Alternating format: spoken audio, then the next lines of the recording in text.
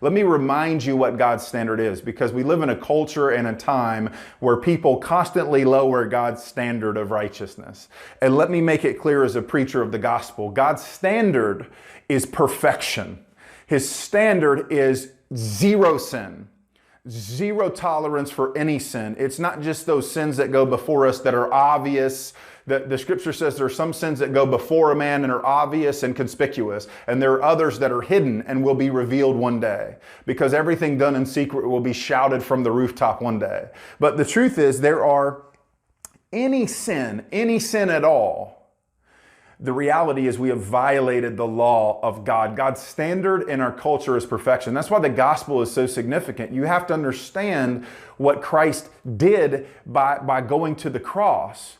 He fulfilled the perfect standard of righteousness that we would never be able to fulfill in the law, in our own actions and our own deeds and our own motives and our own behavior. And when He came as a blameless, sinless, perfect sacrifice.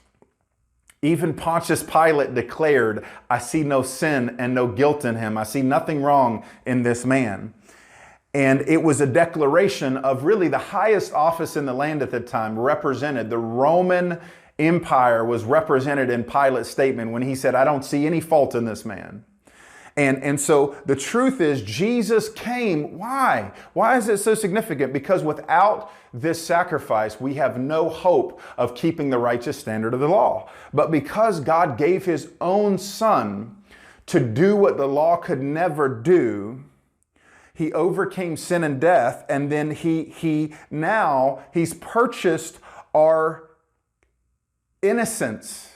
Our lack of guilt now comes not from what we do and what we've done, but by believing in the word of faith as preached by the gospel of God into your life, into the hearing of your ears. Let those who have ears, let them hear what the Spirit says to the churches. And it is by faith that we're saved, not of works, lest any man should boast. So the reality is Jesus Christ purchased our salvation with His perfect, sinless sacrifice. And now because of that, we no longer have to face condemnation.